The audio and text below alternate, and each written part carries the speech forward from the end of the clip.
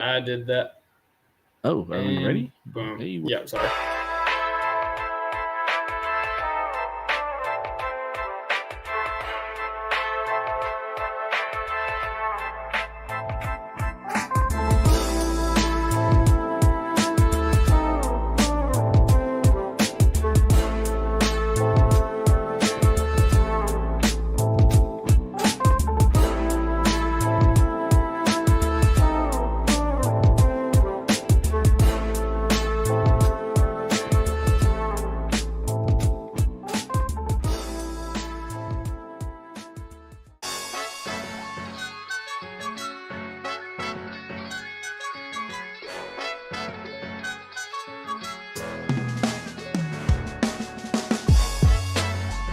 Williams veers left, pulls up, looking for the lead, and got it. Jalen Williams, 2 seconds, 1:11.109. Out, SGA probing, piercing, spinning, hanging for the lead, and SGA knocks it down. The Thunder finally get the defensive stop, and SGA puts them in front. I'm Kenrich Williams. You're listening to Topic Thunder.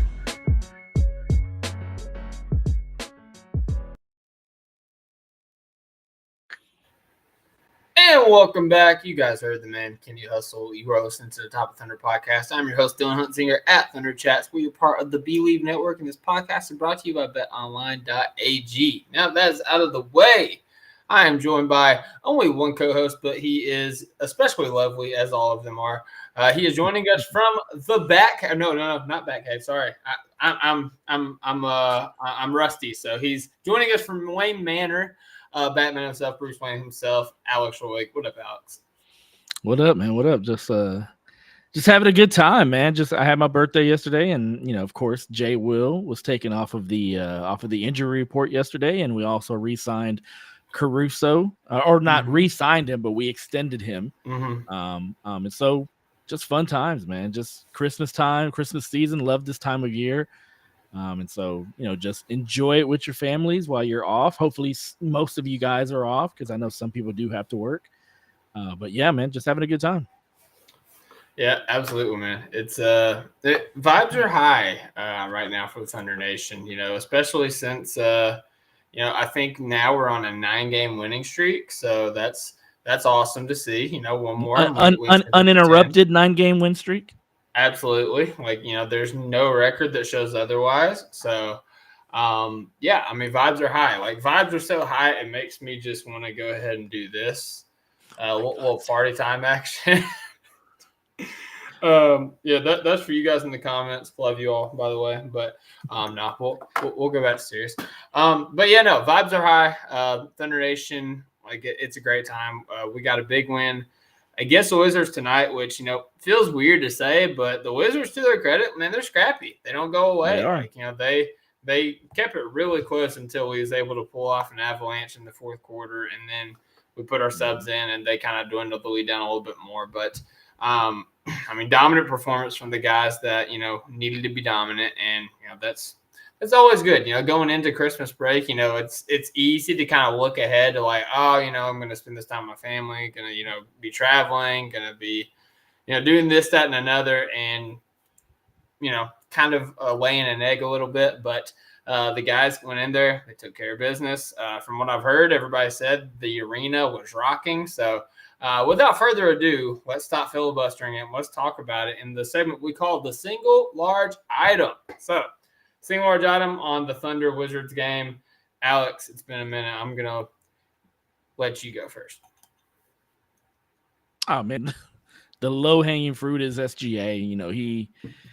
He went out there, and with the team struggling a little bit, I don't know if they were struggling necessarily offensively. I know, again, of course, the struggles from the three-point line, kind of reared their ugly head there early in the game and into the third quarter.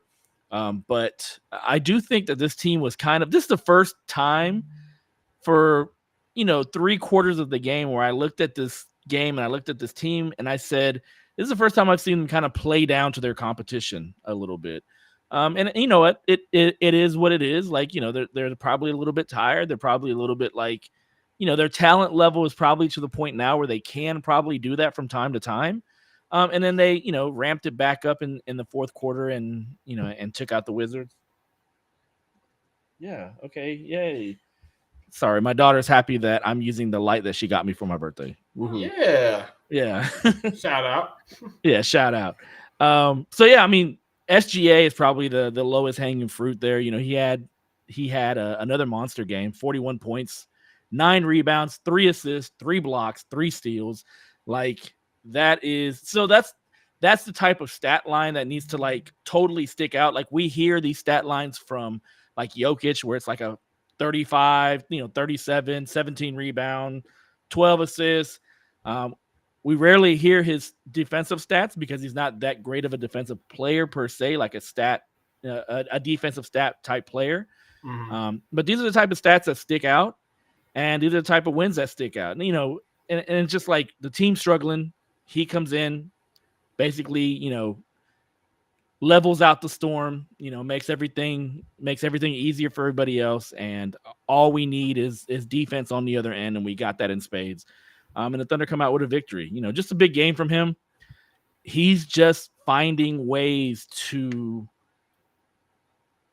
be great. I mean, it's so weird. And like I heard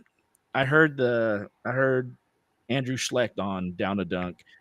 And one of the questions, he had a solo pod and he had a Reddit pod. And one of the questions that they asked was like, did you really think that Shea was going to be this type of player? And every day that I see him do his thing, it's kind of like, holy crap. Like this is a type of story where we've seen this guy kind of build himself up. He didn't come into the league as a ready-made superstar. He didn't come into the league with a whole bunch of hype. He's just a player that has worked his ass off to get to the point where he's at now. And it's just like, it's still like looking at him every day. It's still like, wow, this guy has built himself up.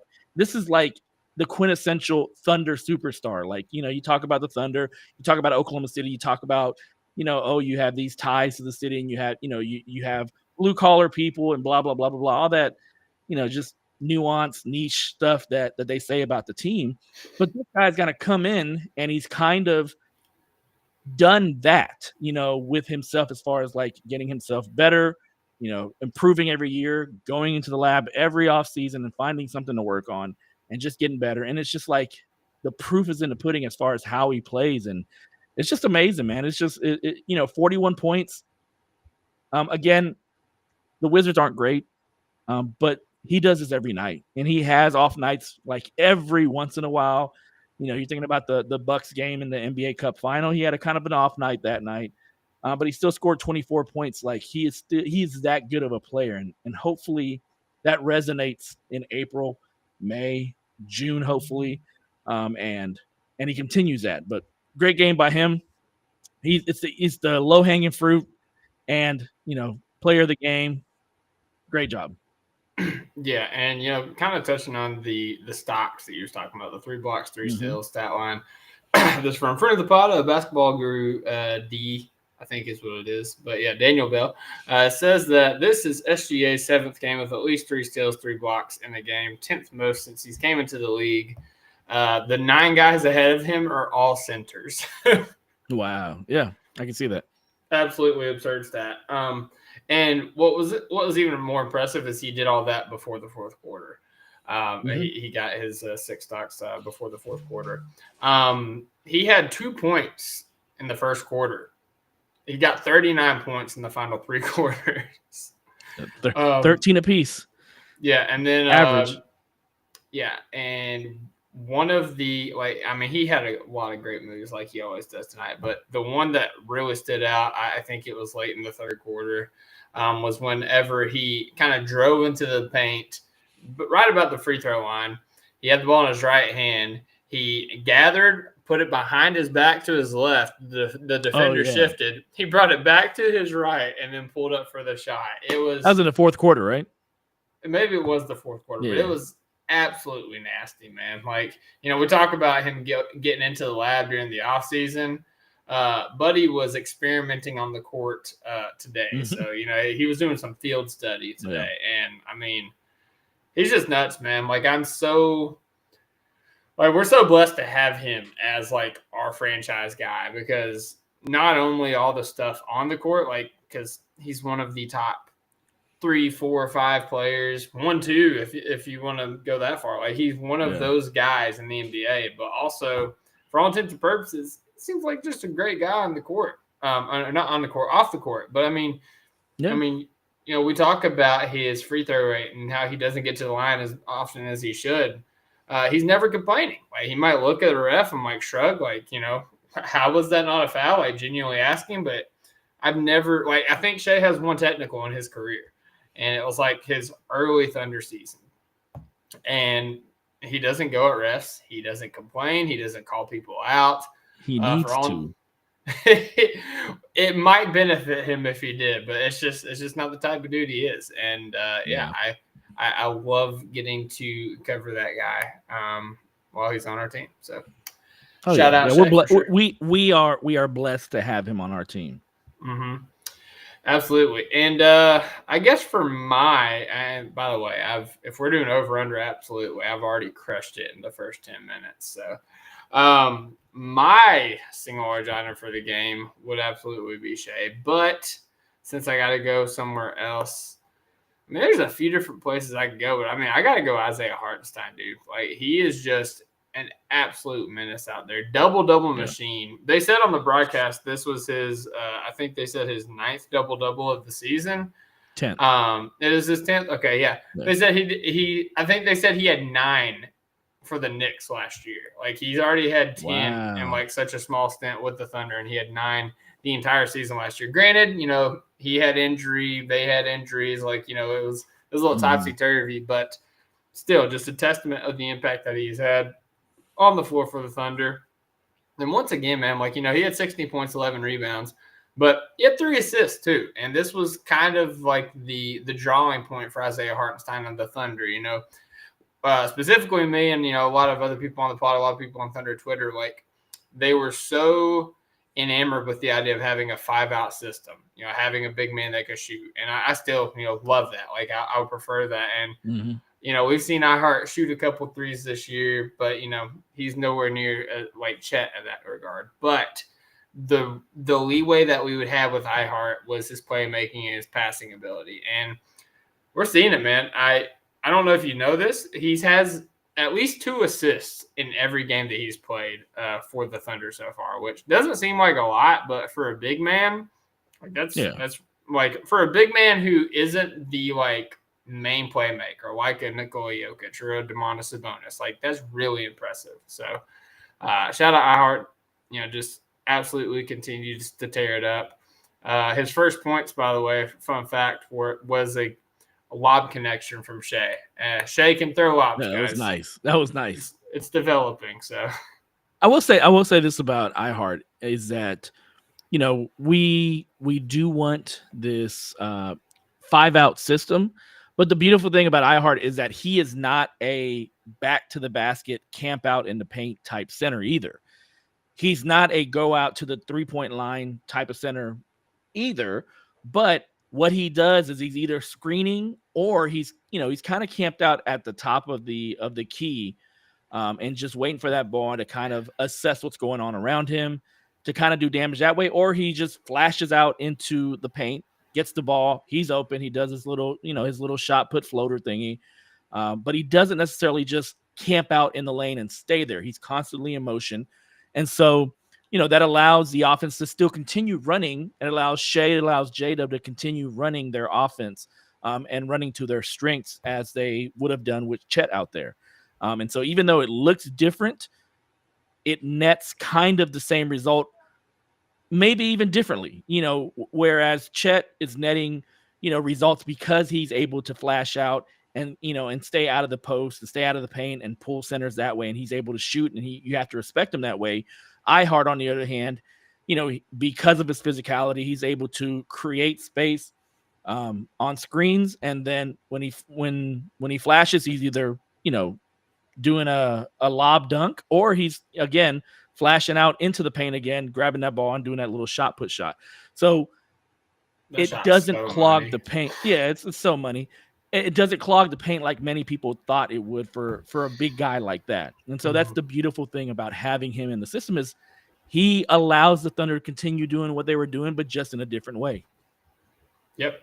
Yeah, and his screening is like a true weapon for this team, and it's not just Shea and Jalen Williams. Like guys like Isaiah Joe, running DHOs for him, and he's still learning. Obviously Joe is in a little bit of a slump himself this season, but it's a learning process to learn how to take their shots because let's be honest. In Isaiah Joe's career, he hasn't had a guy that can set screens for him that can set him up for DHOs like that. So it's a learning process, and they're working through it. But yeah, Isaiah Hartenstein has been just absolutely masterful. Why does it say my computer is not charging? Chef's kiss. He has been chef's kiss. Absolutely. Well, Alex, it's just me and you, man. So I'm gonna kick it to you for the next large item while I plug up my computer before it dies. All right, please do that. So I guess single large item is. It's. I would love to say Jalen Williams, but I do think that AJ Mitchell's game today was something crazy. 16 points. He's done that before, but 12 rebounds. He was out there. That's the thing about any Thunder player and any guy that Presti kind of gets is he likes them to play, taller than their height. And so AJ Mitchell tonight, he went out there and grabbed 12 rebounds, 1 block, 1 steal. He was very active. He, was the AJ Mitchell that we saw maybe earlier in the season before teams got a lot of scouting tape on him and a lot of film on him. And so he went out there and he did a great job, whether it was driving in, whether it was shooting from deep on kicked out passes. He just did a great job tonight. And this is where, this is like the Thunder may have a little competition next year when you're talking about Topic coming in, you're talking about AJ Mitchell. It's almost great to have this issue because one of the things that this Thunder team needs is it needs a playmaker. It needs somebody that kind of does the stuff that Josh Giddey did, but we want somebody that's able to do that and play defense and shoot a little bit. And we may have 2 guys on the roster that are able to do that. And so how do you parse out those minutes next year? It's going to be very interesting. But for now, giving Mitchell these minutes, giving Mitchell's this experience to kind of carve out his role on this team has been great. And this is the type of game you're playing the Wizards with, which, again, the Wizards have a lot of, veteran NBA players on there, but they have a lot of young players also. And so it's easy to kind of look at this and kind of look at this kind of like a G League type environment for him. And he went out and he performed. Euro Thunder, we cannot pay them all, and it breaks my heart. There is going to be a little bit of a reckoning coming soon. Like we have some draft picks coming in. We can easily go ahead and push those draft picks out, whether that's giving a team a draft pick now and then, getting a draft pick later on. But there is going to come a time where like guys like Jay Will, guys like AJ Mitchell, Topic, Dylan Jones, those guys may be the guys that are constantly being recycled and being churned out in this machine that Presti has kind of built now. But yeah, I thought it was a great game by him. I thought it was the majority of the production from the bench. On the Thunder broadcast, they had the player of the game being the Thunder bench, but the majority of that production came from AJ Mitchell. And so props to him, shout out to him. Also, Cason Wallace did a great job, 9 points, 4 rebounds, 4 assists. He is learning how to be a much more efficient player, number one, not necessarily efficient, but a better all-around player. And so he had those 4 assists, those 4 rebounds, still had 1 block, still had 2 steals. Like defensively, this team did great today. They did great while not necessarily being great. As weird as that sounds, like they had their counting stats, but it's just, Washington has some players, and you give a young team momentum, they kind of start to build off of that, and they, the Thunder could never pull them apart from them outside of the fourth quarter.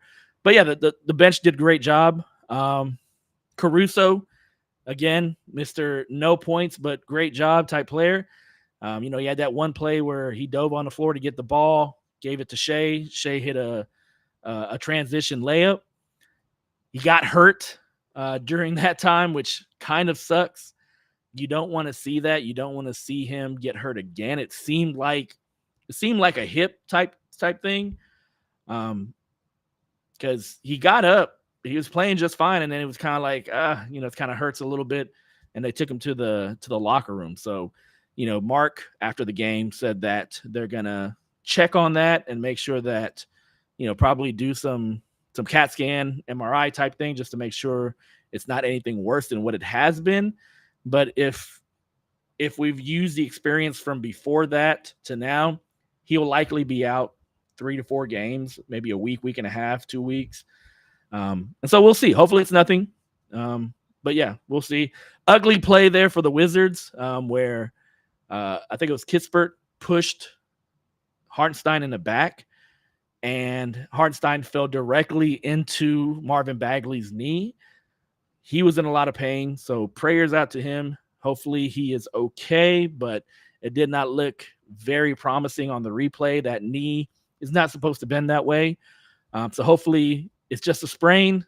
Hopefully no structural damage, but it did not look that way. So here's hoping that he was okay. And then Dub had a great game. He came out shooting 17 points, 4 assists, 7 rebounds. He shot 7 to 18. Dub is going to be one of these players that he just needs to go ahead and play his game. He just needs to go out there and let it fly, play his game, not worry about, I don't know if he's worrying about what people are saying about him or anything, or if he's worrying about necessarily wanting to be, just perfect out there. But Dub had a good game. We needed that from him. And especially after the last game he had a great game last game. And so, here's hoping that continues on. But yeah, I mean, it was a good game. It was good effort by the team. Again, it's one of those games where it felt like the Thunder were playing down to their competition. But, fourth quarter came around. They put on a little bit of a run there at the beginning of the fourth quarter and kind of put this game to bed. And by the 3-4 minute mark, it was the bench, emptied out the bench and played them out there. So good game by the Thunder as they head into this Christmas break. There's no games tomorrow for anybody. And then the 25th, the travesty of the 25th, where the Thunder are not playing on that day. And then they go to Indiana to face the Pacers on the 26th. So they finish up to Christmas 23-5.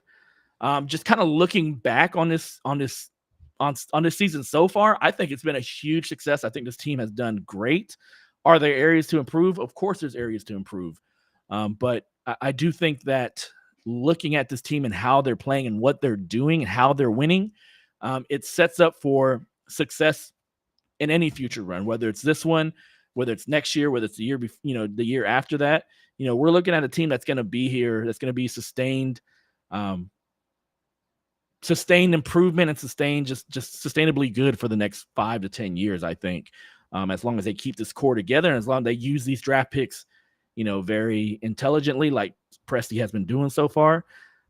Defensively, you're looking at year one of like a championship run this year, maybe. Defensively, they're one of the best teams, not just this season, but in the history of the game. And so when you're trying to set up a championship type DNA, a championship type, maybe a dynastic type of run, defense is always the first thing that needs to be locked down to kind of carry that over. And the Thunder have that right now. Offensively, there are some things that need to improve. The shooting has to improve. And that's basically it. Like if this team goes ahead and starts to shoot 35, 36%, it changes the entire dynamic of this team offensively. But for now, the team is 23-5. They've done this while struggling to shoot. And so if that improves, sky's the limit. Sky is definitely the limit. Heading into the rest of this year, so we have Indiana coming up on the 26th in Indiana. Then we play, I believe it's Charlotte here on the 28th. Let me check the schedule. Yeah, so we have Charlotte away. I'm sorry. So we play in Indiana on the 26th. We play in Charlotte on the 28th. Of course, we don't play Charlotte here because that's our annual meetup game. And so that'll be March 21st. Make sure you're getting your tickets for that. Again, you still got time to get it for Christmas. It's a great stocking stuffer for somebody you love. So please make sure that you get that. But yeah, so the 28th, they play Charlotte in Charlotte. And then on the 29th, they play Memphis here. And then our annual tradition, that is the one tradition that they better never take away from us, but the annual tradition of having a New Year's Eve game here, we play Minnesota. So we have 4 games left. It's not an easy slate. You know, Memphis is, I believe, either 2 or 3 in the West right now, playing great. Minnesota, even though they're struggling right now, they're always a pain in the ass when it comes to them and Ant versus SGA and them being a good defensive team. And so if we're not hitting our shots, you know, their defense can kind of overtake our offense. And so hopefully, you know, that is something where we shoot a little bit better. Charlotte should be easy, but you know, you still have that Trey Man, Vasa Micic thing, you know, where we traded them. So, you know, the team may want to come out and avenge a win for them. But here we go. Oh, look who it is. Senor Chats. What up, man? Hey, great job filibustering like no pauses Brother. the entire time. Brother. No, but I was just talking about, so I was talking about our schedule moving forward. You know, so we have Indy, we have Charlotte, road games there. And then we have Memphis and Minnesota at home. And so, you know, just kind of looking at that, what do you think we end up as after those 4 games? So right now we're 23-5. Charlotte's been playing some good ball, but they are very injured. Brandon Miller and Trey Man were both out tonight, and the Rockets just beat them like a drum. So yeah, I would say we beat Charlotte. Or wait, I'm sorry, Indiana first, and then Charlotte. So is Indiana's at Indiana, right? Yeah. So the first 2 are road games. Okay, so Charlotte, Indiana are road. We're going to be playing Tempur-Pedic Tyrese Halliburton, so that will be a little bit more difficult. Hold on, Tempur-Pedic Tyrese Halliburton. What does that mean? Oh, you hadn't heard like that theory? Like earlier in the year, like he was playing terrible on the road, but playing really good at home. And so like the theory was that like his back was never like fully all the way back. And so if he sleeps on a hotel bed, it messes him up. But if he sleeps on his bed, he's fine with it. Yeah. Gotcha. I mean, nobody else calls him that. I just said it. Like it was just something I said, but you know, Tyrese. Alliteration. But yeah, no, I mean, I think we beat the Pacers. I really like that Pacers team. Tyrese Halliburton's my favorite non-Thunder player in the league to watch when he's on. But yeah, I mean, I think we'd take care of business on that one to get our 10th straight win. No losses in between there. No interruptions in there. Yeah, I think we get Charlotte, and then you said we play Memphis and Minnesota. Yeah, at home. I think we might lose to Memphis. I tough think stretch, man. If Memphis is healthy, Memphis is a tough team. But I'm gonna say that we run the table for the rest of the year. Oh my gosh, this guy. You know I am. But I mean, it's not crazy, man. We've lost 5 games all year. We're not running the table the entire year, man. Like it's not the entire year. I mean the entire. Oh, the rest of this the year. Calendar year. Gotcha. Yeah, 77-5, baby. Let's make it happen. Yeah, I know. Watch out now. But no, we was kind of talking on the pod. You know, you mentioned, could we end the year, you know, with just 5 losses? And I got curious. You know, we talked about the Celtics being like an inflection point for this Thunder team, and last year, you know, they were a historically good regular season team. So I went back and looked. While I was trying to get my stupid computer to boot up, I went back and looked to see how many losses they had going into the new year, and I have it pulled up here. So they had 6 losses going into the new year. So okay, I don't know historically. I'd have to like do some more digging, but you know, using that as a barometer, like pretty good if you're going into the new year with only 5 losses, considering the injury luck that we have had. And yeah, I would be thrilled if we went into the new year with 5 losses, and I think it's entirely possible. Yeah, it is possible. Indiana always gives us trouble in Indiana. They're just a hyper efficient offensive team that, man, if they start hitting those threes early, it's kind of a hard mountain to climb with them, especially if our threes aren't falling. Again, Charlotte, like you said, they're injured, but they're scrappy. LaMelo Ball is in there. They do have, and what's his name? What's his name? Woman beater. What's his name? Oh, Miles Bridges. Yeah, Miles Bridges. Yeah, he always seems to have great games against us. And so it's one of those like thunder killer type situations. And then of course Memphis Memphis to see Lou Dort against LaMelo Ball, like this version of LaMelo Ball. Yeah, so Lou does not do great against these types of players. Mm-hmm. He does better against like the Luka Doncic type players, or which try to use their physicality. LeBron, he's guarded LeBron pretty good, in the past. And so those types of players that try to use their physicality against them, he guards them a lot better than he does shifty, rangy, like quick twitch, 3-point shooting type point guards out there. And so LaMelo, Ja Morant, those types of players, Damian Lillard, give them issues. And so, it will be interesting to see. I don't think that he'll be guarded by him all the time. I think that's more of a Cason Wallace type assignment. And so we'll see. Oh, by the way, you said Cason. I'm sorry. I missed out the rest of the single large item. But in the middle of the game, I was telling you, I figured out that my wife needed my car and I just had car issues. So I had to make sure the car was good and everything. So I had to stop like in the middle of the first quarter and just like go take care of all this stuff. And I was keeping tabs on my phone and I just saw, and I had the game up like so I could listen while I was doing stuff. And the alley-oop happened where Cason got the steal, and then Caruso lobbed it to Cason for the alley-oop. And I happened to look down at my phone, and I don't know what group chat it was. I don't know what account it was, but they called it Cookies and Cream, the connection. I like that. Because Cookie Monster, and obviously the cream, Caruso. So, cream, yeah. I like that, Cookies and Cream. Yeah, I mean, they've had that connection here the last couple games, for alley-oops. So, hey, Cookies and Cream, I like that. Sounds like a shirt idea. Yeah, well, if we don't get C&D for it again. But yeah, no, I think that we finish out the year strong. I think this Thunder team has the right mindset. We're starting to get. I mean, it's hard to say we're starting to get healthier because the second we get healthier, the second we lose somebody, talking about getting J. Will back. Shout out him. We got to see a boom like almost immediately. And then, like we said, it's like the Lord giveth, the Lord taketh away. Like we got J. Will and then Alex Caruso, doing what Alex Caruso does. It was the worst of times. Yeah. Danged if you do, danged if you don't. All those sayings. But yeah.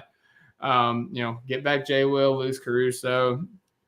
And I think that this is a very important time for some of the role players, if Caruso is to miss a lot of time, because it feels like over the course of this last month, Caruso and Cason have kind of started to separate themselves from like Joe and Wiggins in terms of like their standing in the rotation, both offensively, defensively, impact, disruption, you name it, honestly. And obviously, we're going to talk a little bit in a second about, some potential trades, and it doesn't take a rocket scientist to know what names would be going out in some of these trades.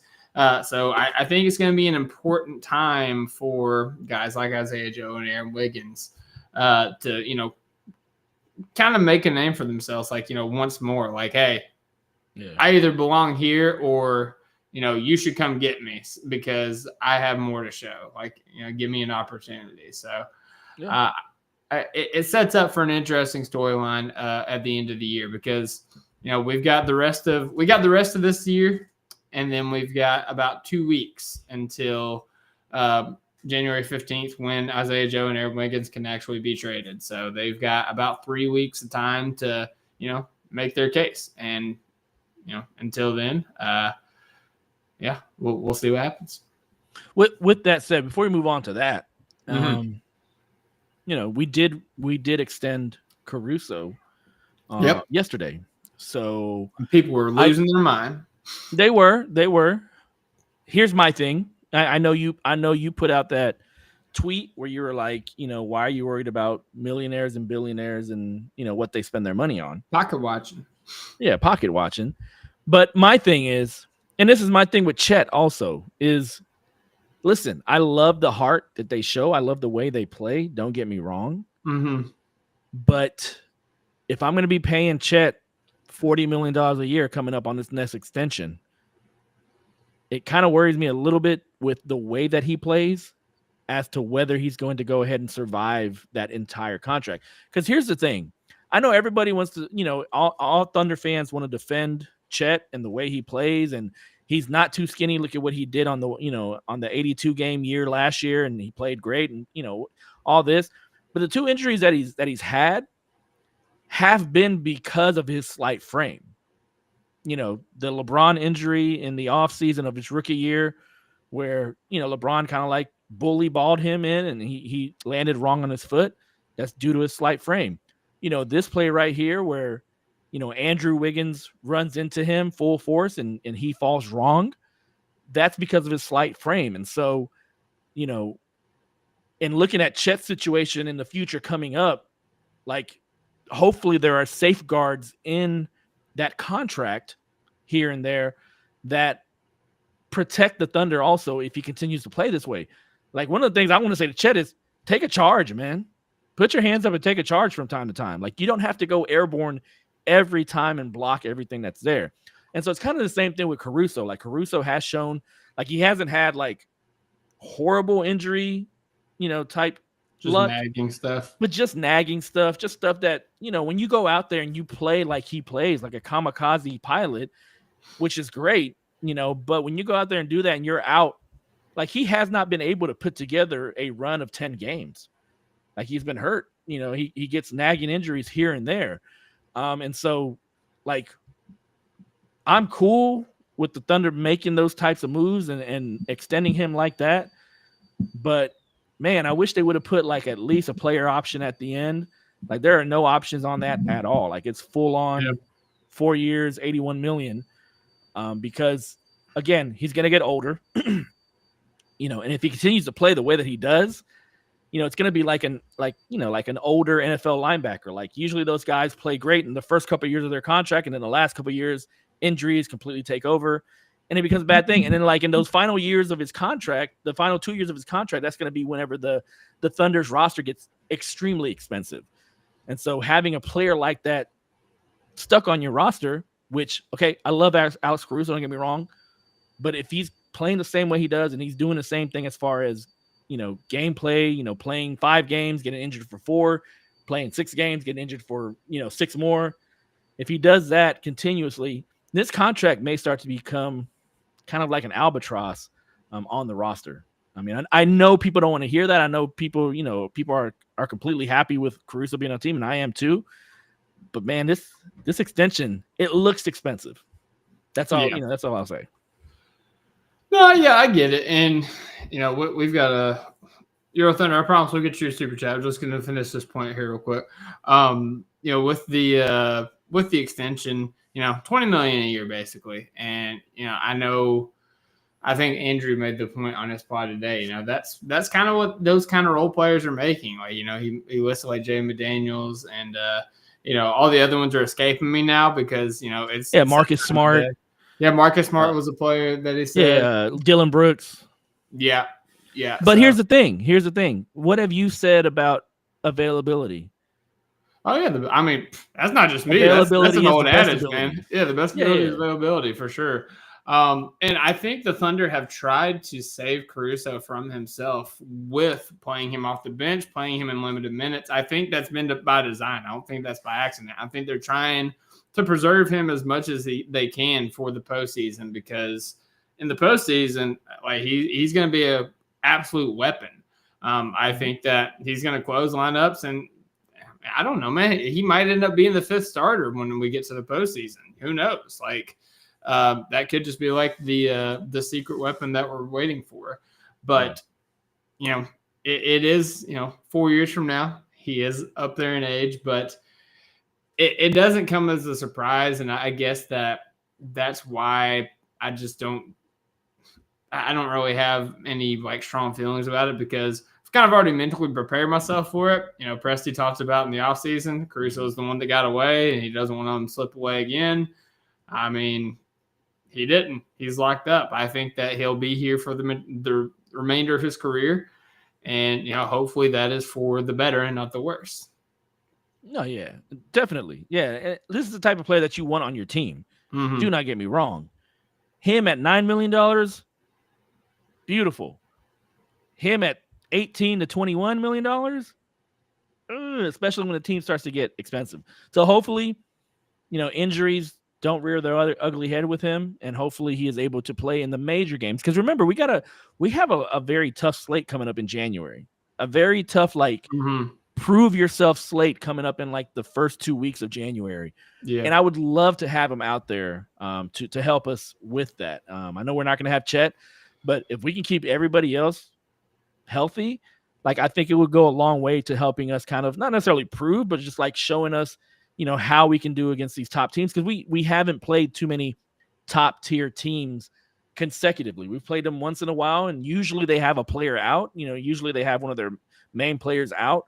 So, you know, Boston, New York twice, Cleveland twice, you know, so it'd be great to have him in there consistently throughout this run. So, all right, we got 4 games. You know, hopefully he can rest those 4 games and you know, get right for the January games. But yeah, I mean, this kind of goes back to, you know, and I'm not even talking to you. I'm just big at this point in general because we kind of generalized it. But like my point on Twitter was, you know, pocket watching for millionaires because even you said like, you know, it starts to get expensive, and I get it. Like, you know, it makes things a little bit more difficult from a team building standpoint. If you don't want to pay the luxury tax or repeater tax, the second apron, like the Thunder have shown in the past that they are willing to pay for a team that they believe are contenders. Like they were the first.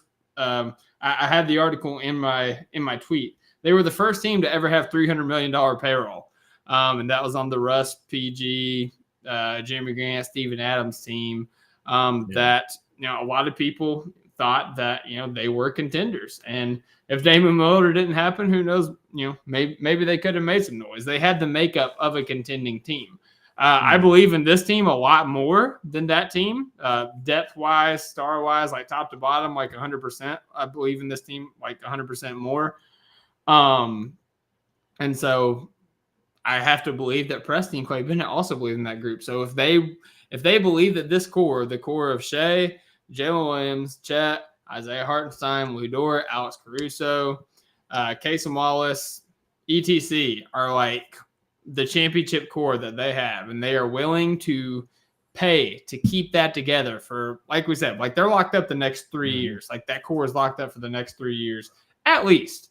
But I think they're willing to pay because they've had the opportunity to save money during the rebuild years. They had opportunity to save money during the COVID years where, you know, they were able to have these lowly rosters to where the point they weren't even reaching the salary floor. They had to pay a little bit extra there. They were able to save money. They were able to recoup some revenue so they can, you know, kind of push it back for a time like this. And I'm just not worried about it. I can't make myself get worried about it. I don't know. That's just kind of how I feel. I do want to get to this before I forget about it because it's starting to scroll up. But Euro Thunder sent us a super chat. Says, I Heart and J Will should be at center. Chet should play power forward and occasionally center. Chet's like AD. Keep them away from constant post defense. Like, listen, in the offseason, I was 100% against Chet going away from the 5. And I still kind of prefer him. Like, I not even just prefer him. I kind of think that they're just going to play him at 5. I mean, he anchored a historically great defense as a rookie from the 5. He's played the 5 his entire life. Like, it doesn't matter. Like, he kind of alluded this in the Paul George podcast. You know, he said that it doesn't matter what you think your game is. The game tells you what the game is. And the game's told him his entire career he is a center. Like, that's all he's played. So, like, you're asking him to learn an entirely new position.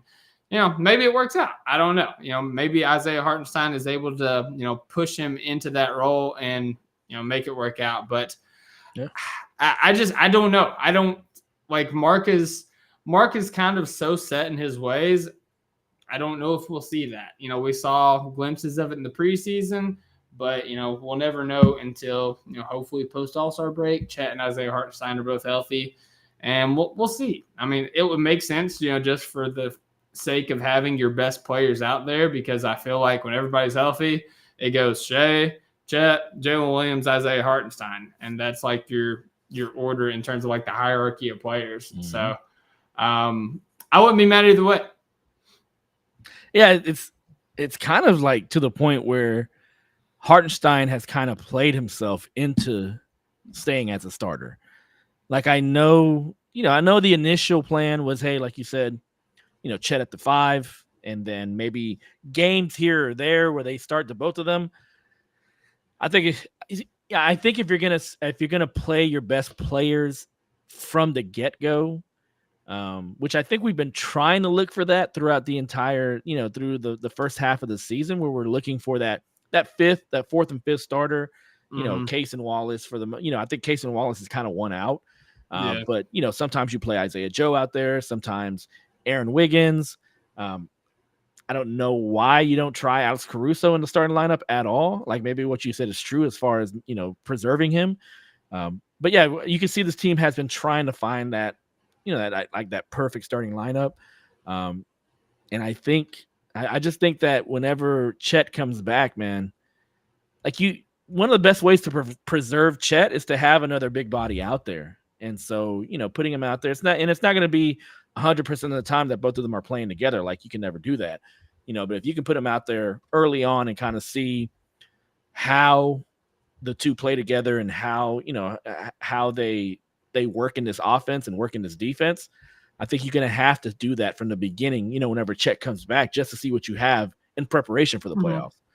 But yeah, I think it's going to be interesting. It's going to be very interesting. Yeah, I think if they're on the court together, Chet definitely leans more towards the perimeter as opposed to Hartenstein, just because I believe in his ability to, stay with guys on the perimeter more than I do Hartenstein. But in terms of saving him from himself, I think you might be playing with even more dangerous lumber for Chet on that part, because we talk about Caruso being a heat-seeking missile on defense.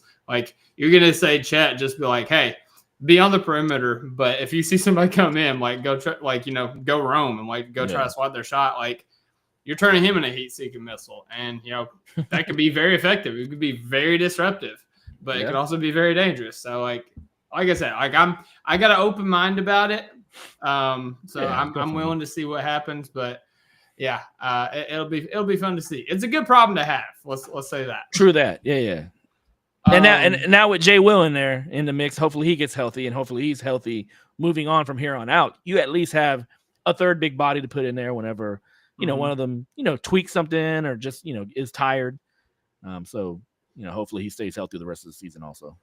Yep. No. Huge ovation for him. That was cool. That was cool to see, man. You would have thought he was a superstar on our team the way, the Thunder Nation cheered for him as he came into the game for the first time, but that just shows you, how good of a fan base that is. And the guys saw that, J-Dub was asked about it after the game, and he was like, there's just a connection there, and we truly appreciate it. Yeah, he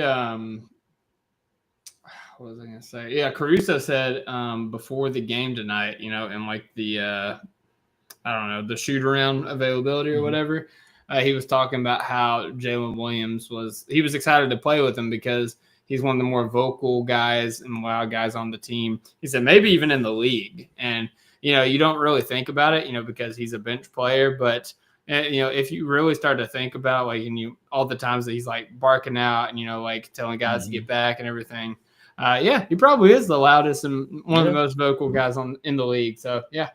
It's good to have his voice and his presence out there. Definitely uplifts the teammates as well. So, most def. All right, man. We are going to take a break now, and when we get back, we are going to discuss what everybody's been talking about. Everybody's got an opinion. Some love it, some hate it. We're going to talk potential trades with Alex because we haven't heard his opinion yet. After a word from our sponsors. And we are back after a word from our sponsors. Guys, we talked about the Wizards games. We talked about potential lineup options once Chet comes back, and we talked about how the rest of the year is going to shape up. Now we're going to talk about some trades. Alex, I'll go ahead and say, unless you have like an impassioned take for it, like let's leave the Giannis trades out of this. Let's talk about like realistic role players. Oh man, in this one. But yeah, I mean, like I said, if you have an impassioned take about it, like, hey, I'll let you cook. But you know the names that are out there. You know, kind of what the Thunder need. Let me go ahead and kickstart the conversation with that. Do you feel like the Thunder need more reliable shooting at this point? Again, they shot, I think, 26% from three tonight. Or do you think that they still need somebody to facilitate and play and make off the bench? As we get closer to the postseason, not putting that on AJ Mitchell's plate. Here's where it's scary for me. So I would like to say, yes, we do need more shooting out there. Mm-hmm. But if history is to be listened to, every time we have traded for like a player that we say, oh, he's a good shooter, he's going to go in there, he's going to park in the corner, he's going to be great from the corner, they end up being horrible when they get here. So I guess that kind of like puts me off to that, just like looking at that historically. Mm-hmm. And honestly, just looking at what's available out there, it's very expensive. It is very expensive, and there are years attached to it. So, for instance, the name that everybody says is Cam Johnson. You're talking about $20 million for the next, 3 years, I think? I think so, yeah. Yeah, I think so. And so this season and 2 seasons after that. And so, yeah, I mean, this is the prototypical player that I think you would want on the Thunder. 6'8", 6'9", long-armed, rangy. I don't know if he's good enough defensively or if he's good defensively, to necessarily stick out on this team. But, I mean, if you come on here, you know that you're going to have to play defense. So that's going to be one of the things that, you have to tell a player like that. But, he can shoot. He's good at shooting. That's all he can really much do is shoot. Like, he's not a great rebounder, not a great playmaker. He stepped up a little bit this year for Brooklyn because Brooklyn, they don't really have too many players out there. They lost Mikal Bridges to the trade in the offseason. So as far as like, players to shoot the ball, you have Cam Thomas and you have Cam Johnson. I will say, I think he's evolved past shooter this year into like he's an actual scorer. Yeah, maybe. Yeah. So yeah, shooter / scorer now. Yeah. And so like, what does that look like bringing that onto this team? Is he okay with taking a back seat? I know, there have been rumors that he has mentioned that he would like to play on an organization like the Thunder. And he played well on his whenever his time in Phoenix, when they had Chris Paul and they had Devin Booker, and he played pretty good there. So I don't know. I don't know if a player like that is necessarily what we need. I would like to see this team kind of run its course and see what happens this season, because I do think that we are good enough to win the whole thing. And so, you don't want to mess chemistry up. You don't want to add a piece to this team, which I think happened last year when you talk about Gordon Hayward. You talk about somebody that the team wanted to, a player that the team wanted to go ahead and become part of the team and, have their skill set introduced onto the team. And that player, for whatever reason, whether it was health-wise, whether it was he knew he was at the end of his rope, whether it was a situation where maybe the expectations on him were a little bit too much for him, but he just basically quit on the team. And it kind of like, you were kind of using those minutes on a player that wasn't being very effective that you traded for in the middle of the season. So I think this team maybe takes that lesson that they learned from that, and they just do like maybe a small trade on the fringes here, maybe Oos, maybe somebody like that. And then just trade, maybe even trade some of their draft capital just to make sure that they don't have 2 or 3 players that they have to draft in this next year. But yeah, man, I don't think there's no player out there that I really look at and I'm like, oh my gosh, that's the guy right there. It's going to be a situation where I think we run this season, run the course of the season, see what we have, and then we go back to the drawing table and we see what we need maybe in the offseason. No player except Giannis, of course. Of course, man. Like, he would look beautiful in Thunder Blue. This was kind of my take for Cam Johnson. I already hashed it quickly because I talked about it on the pod Friday. One thing, I think the Gordon Hayward trade didn't work out because he's just an old head, man. He was an old head that was like set in his ways, old head. Like he thought that it was going to be a certain type of way and it wasn't, and he kind of pouted about it. I don't think that's going to be the case with Cam. One, because he wants to come here. Like there was nothing that said that Gordon Hayward wanted to come to OKC. Like Sam Presti wanted to bring that type of guy, the type of guy we saw at the beginning of the year in Charlotte, to the Thunder because his skill set would match up and his play style would have matched up. But for all intents and purposes, Gordon Hayward seemed pretty happy in Charlotte, and I think his family still is in Charlotte. So I think that he had some sour grapes about that. But Cam Johnson, according to our source, wants to be in OKC. He thinks, he wants to be a part of what they are building. He is younger, so I think that he would match the vibes a little bit more with this Thunder team than a guy like Gordon Hayward does. And, whenever I was talking to Cone about it, you mentioned, if you're going to play on this Thunder team, you got to play a little bit of defense. Mm-hmm. I would say that specifically in Brooklyn, again, like in Phoenix, he was a young guy. I don't really count any of that against him, but specifically in Brooklyn, like it's hard to make yourself go out there and try like 100% on defense whenever, you're playing for a terrible team, especially like now Schroeder's gone. It's like now you have to be the guy to go get all the buckets, and we're expecting you to play defense too. It's like I don't blame him. I can't blame him. But I think that being around a team like this is infectious. I think that, being around guys like Chet, Shea, Dort, Hartenstein, Dub, Kaysen, like you name it, like being around those elite defenders, guys that take pride and have a passion for playing defense, Caruso, I think that it would make him want to step up. And even if he doesn't step up, this is my vision. If we traded for Cam Johnson, I would start him. I would start Shea, Dort, Dub, Cam, whatever the 3-4 you want to do, and Isaiah Hartenstein until Jet comes back. That way you get legitimate floor spacing.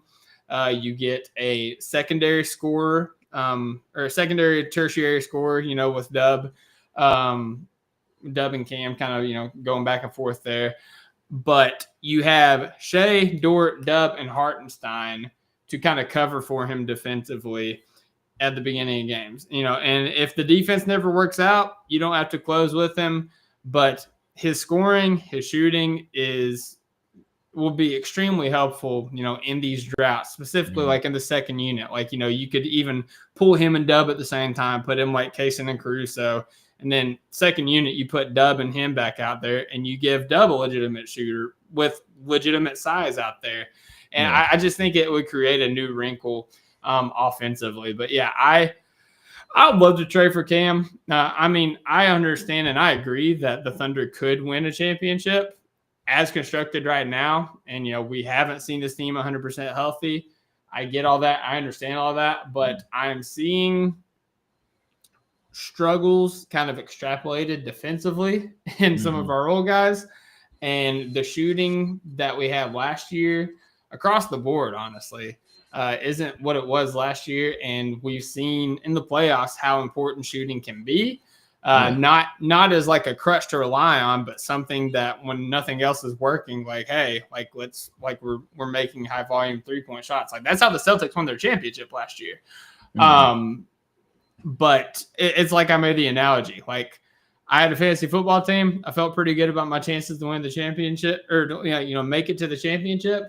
But I had an opportunity to improve my team. I had Kyler Murray and Caleb Williams as my two quarterbacks. I went and made trades. I got Lamar Jackson and Josh Allen for my quarterbacks. Yeah. Could I have won? Absolutely. Did I improve my chances? I believe so. So that's kind of my thinking on it. Like, again, I'm not mad either way. Like, I'm going to be hype either way. You know me. I'm a hype guy. I'll be hyped with this team anyway, but I do think that there's some benefit to adding Cam. And listen, again, I say I want this team. I want to see how this team, does. And I'm trying to preserve their cap flexibility as much as possible.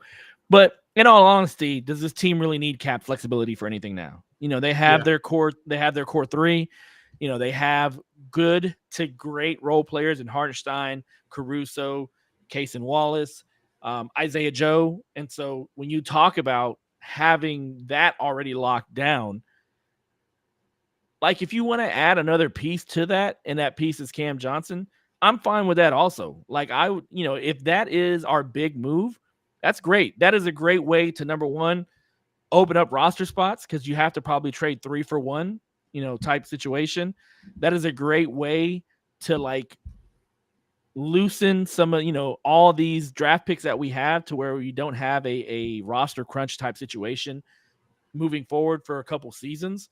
And so I'm okay with that also. Like I'm okay with making this team the best version of itself that it can be, without letting go of any of like those core 5 to 6 players of Shea, Dub, Chet, Hartenstein, Dort, Caruso, and Wallace. Those are the 7 players that I think are the core to this team. And if you add Cam, say what? I agree. Yeah. And if you add Cam to that mix, great. That's a core 8 that I will take to battle against any team in this NBA. Mm-hmm. And I honestly don't think that you need to trade both Wiggins and Joe. I think you could just do maybe Wiggins, Jang, Kenrich, maybe. I don't know. No, you can get it done with just Wiggins, Ooze, and then you can add. Yeah, and then like I would toss 3, 2 or 3 draft pick first rounders at Brooklyn and call it a day. Like I would do that also. Like again, this team is set to where if you want to make a run, like a very strong run this year and for the next couple of seasons, hey, it's there for the taking. Or if you want to sit back this season and kind of see how this team does and maybe wait till this team becomes a little bit more healthier and see what you have there. Because this team healthy could be historic, and you may not need to necessarily make a big trade. You may not need to pay, $40+ million for the next couple seasons on one player. And so it is what it is, man. This team is set up pretty well. It's set up pretty well. And honestly, Cam Johnson is probably the best player available for this team, other than Giannis, of course. But if we're gonna make if you're gonna make like smaller trades, I don't think there's a lot out there for you as far as what you need. Like you're not gonna find shooters on the cheap. Number one. Number two, your best bet may be the buyout market. As far as finding maybe like a Tim Hardaway Jr. that gets bought out. Maybe like a Bogdanovich that gets bought out, adding those players. And when we've known, in recent history, when the Thunder get a bought out player, they usually don't do too much on this team. They're just there for maybe spare rotation minutes, spare playoff minutes here or there. But they usually don't do much on this team. And so you want to keep the chemistry on this team and keep the coreness of this team. I think Cam Johnson is the way to go. So I do agree with you on that respect. And Matt Perrin wants to know, is Jokic available? Yeah. But in a couple years, he may be. I will say there's another trade target that has piqued my interest recently. I don't know if you've seen this, Alex, but there is rumors that the Kings may be having to trade De'Aaron Fox. Or maybe willing to trade De'Aaron Fox, maybe willing to blow it up. I'm not saying De'Aaron Fox, but I'm saying if the Kings are willing to blow this up, I would love Keegan Murray. I don't think that they're going to do that, though. There is another player that they just signed in the offseason. Malik. That I would love to have on this team because I think he gives you a little bit of both of what we need. He gives you some more three-point shooting. Yeah. But he also gives you some playmaking. He gives you some on-ball creation, and he also gives you freak athleticism. I mean, that's Malik just Monk, a bonus. Right? Malik Monk, 100%. Yeah, Malik Monk. Yeah. Yeah. I would love that. That's one of the players that I was looking real quick through, like players that make like 10 million to 20 million around that range. Malik Monk is one of them. Keegan Murray. Man, Keegan Murray on this team for what we need would be amazing. He's like Cam Johnson. He's like a low volume Cam Johnson that plays defense. Exactly. I mean, I know I'm gonna catch some flack for this, and I'm gonna catch some applause for this because the Thunder fan base is so polarized when it comes to this. But a player like Russell Westbrook on the second team, like it would have made sense, as far as like a bench floor general, as far as somebody that could push the pace on the second team, it would have made sense on this team. You talk about Dennis Schroeder, you have Russell Westbrook. There's nothing that Dennis Schroeder does better than Russell. Russell pushes the ball better. Russell, as far as shooting goes, yeah, you may want to have Dennis's shooting a little bit more, but Dennis is hella streaky. And so, Russell Westbrook, if for some reason Denver were to let him go or Denver were be open to trade him, I think that would be great here because I do think he would provide that playmaking and that energy boost on the second team. And you'd have shooters sprinting out to the corners. You'd have J-Dub sprinting out on the wing. I think it'd be something that would be great, but probably not going to happen this year.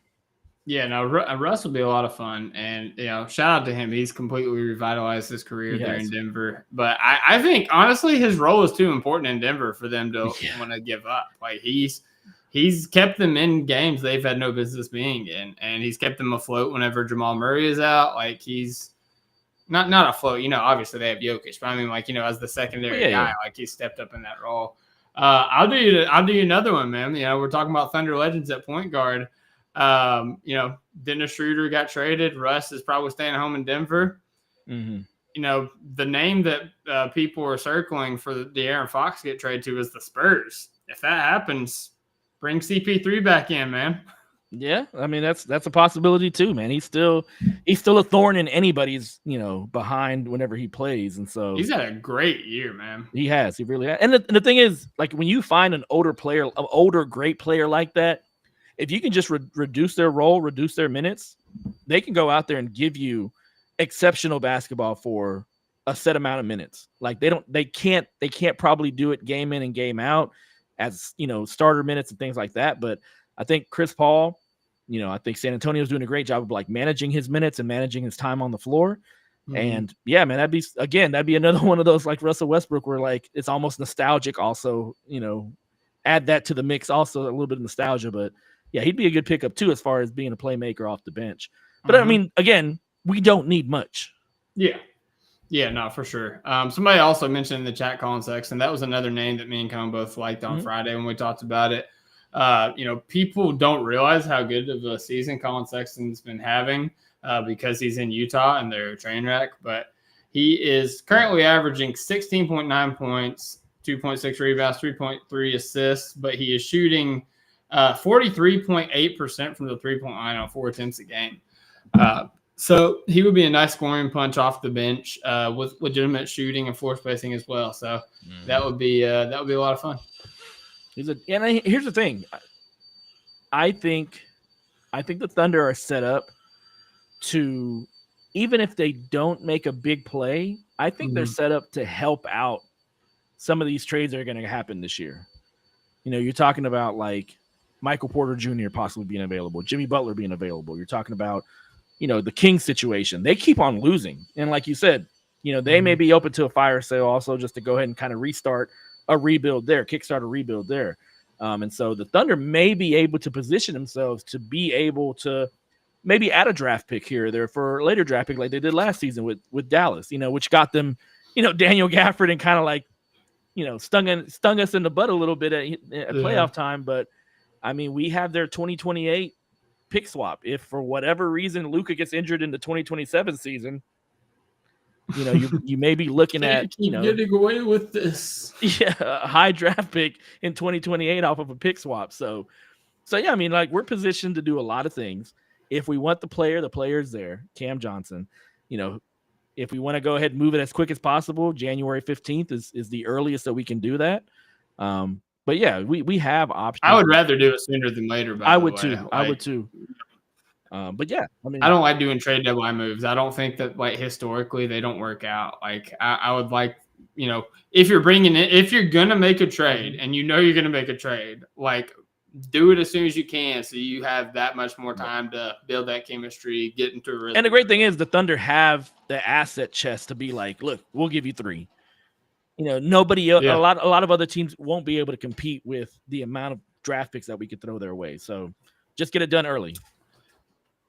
That's the other thing about trading for Cam Johnson, for all the reasons that I said, but also so a team like Dallas or Denver or one of those teams don't go get Cam Johnson. Because they're probably going to get Jimmy Butler or something like that.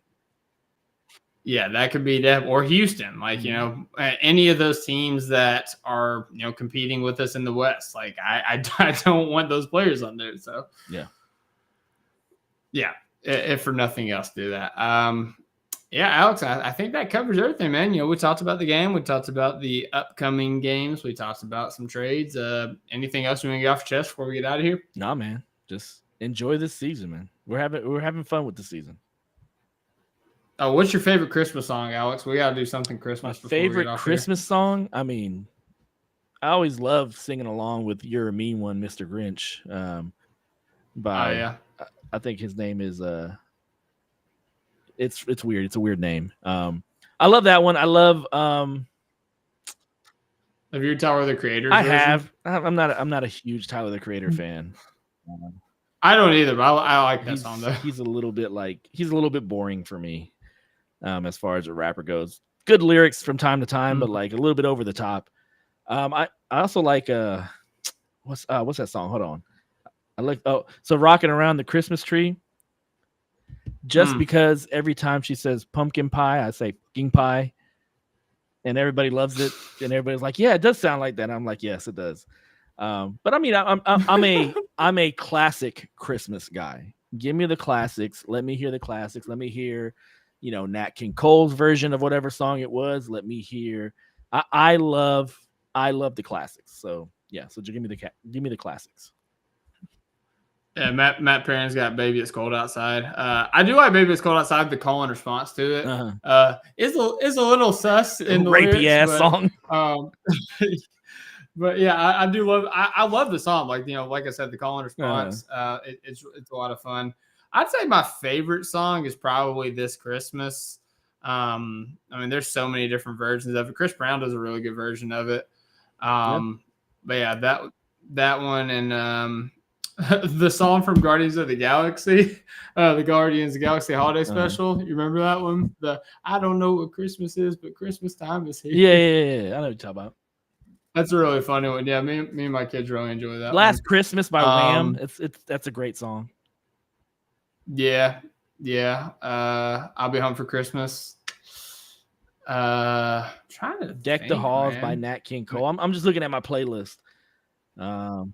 I do like Santa Claus Coming to Town. I think it's a good song. Again, the classics, man. Give me the classics. Don't give me the remix, newer versions. Just give me the classics. Do y'all got a radio station that plays nothing but Christmas music in OKC? Okay, yeah. Good. Yeah, I was about to say we have it in Lawton. I don't know about OKC. I think so. I went to the Zoo Lights a couple nights ago, and they have it on AM 1670. Is their play Christmas songs all the time channel. So yeah, but we have it here, here in Lawton. Yeah, we do have a radio station that does that. Yeah, that's what's up. You gotta listen to Christmas music at least one day in December. So go find you one. Silver Bells is a classic. Runner on Rudolph's also a good one. Shout out Nathan Horath. I don't know why I wanted to call you Nathan Horvath. There's no V in your name. I apologize for adding a V in your name posthumously. Not posthumously, retroactively. Had to say posthumously one time. Yeah, real quick, guys, pop culture check-in, man. What have you watched recently, or you just been too busy? Oh man, what's the last? I saw. So this was Thanksgiving time, but I saw Moana 2 and I saw Gladiator 2, and those were the last 2 movies I saw. How'd you like both of them? I enjoyed them. I thought Gladiator 2 was pretty good, man. I mean, it was predictable. It was predictable. Yeah, but it was enjoyable.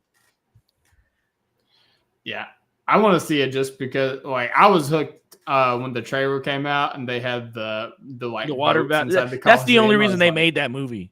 Is literally for that scene. Yeah. For that scene only is why they made that movie. just like, by the way, they used to do this Put back sharks in in the there. day. Yeah. That's nuts, man.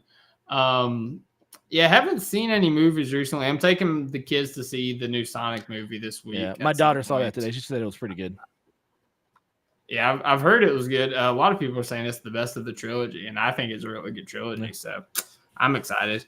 TV show wise, been watching a few. I watched Shrinking. That's probably one of my favorite shows of all time at this point. Like, it's so good. Have you seen it? I haven't had Dude, time to watch. That's fair. Like, that's fair. I watch my normal it's- shows. Like, so I watch the Chicago's, I watch the FBI's, Yeah. I watch, NCIS, because I mean that I DVR them, so I'm able to watch them whenever.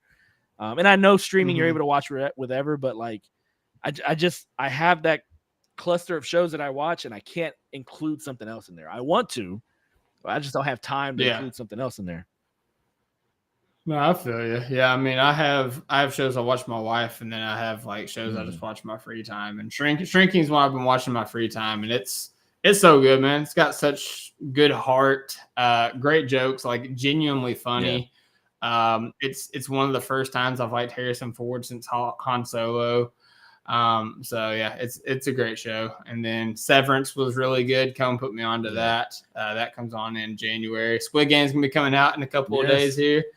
I have caught up on all my shows, so I may do Squid Games there, like when I'm on the plane ride and everything, going to my location. So, yeah. I feel you. And then What If? I haven't finished the second episode of What If, but the first one was really good. I didn't even watch the second season. Bro, the second season was fire. I need to check that out. You gotta tap in. Yeah, that's your airplane material right there. It might just binge all of What If. Matt Perrin said this twice. He said the Jack Black Christmas movie is absolutely amazing. What's that called, Matt? Isn't that the Satan movie? Or he writes. So the kid writes a letter to Santa, but he switches some letters and he sends it to Satan. Okay. And Jack Black plays Satan. I forgot what it was called, but yeah.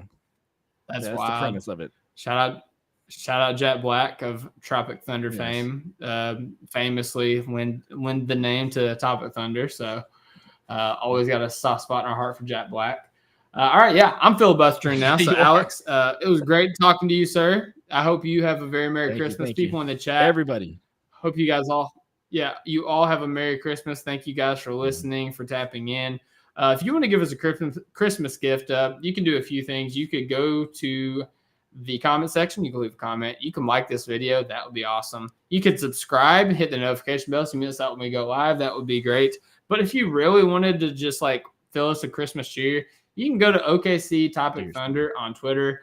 You can follow us while you're there. You should definitely do that. But you should look at that pinned tweet where we talk about our fan event on March 21st against the Charlotte Hornets. It's going to be a great game. We got three different levels of ticket options. You get to go down to the court, take photos. You get to take a half-court shot for a chance to win an autographed basketball by the entire Oklahoma City Thunder team. And you get to see all our beautiful faces, which, by the way, I just want to give a live Stephen Dolan percentage update. He is now at 62% likely to be coming. So for the first time ever, the entire unit might be uniting in person. So we form like Voltron, cataclysmic. Baby.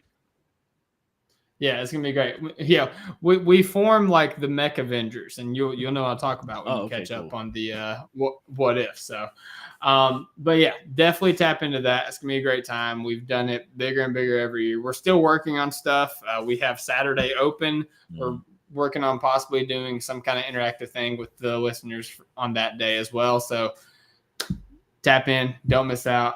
And that's all I gotta say. Hope everybody has a Merry Christmas. Stay safe, be merry, and until next time, y'all have a great night. God bless. Hooping again, and as always, Thunder up. Merry Christmas. Merry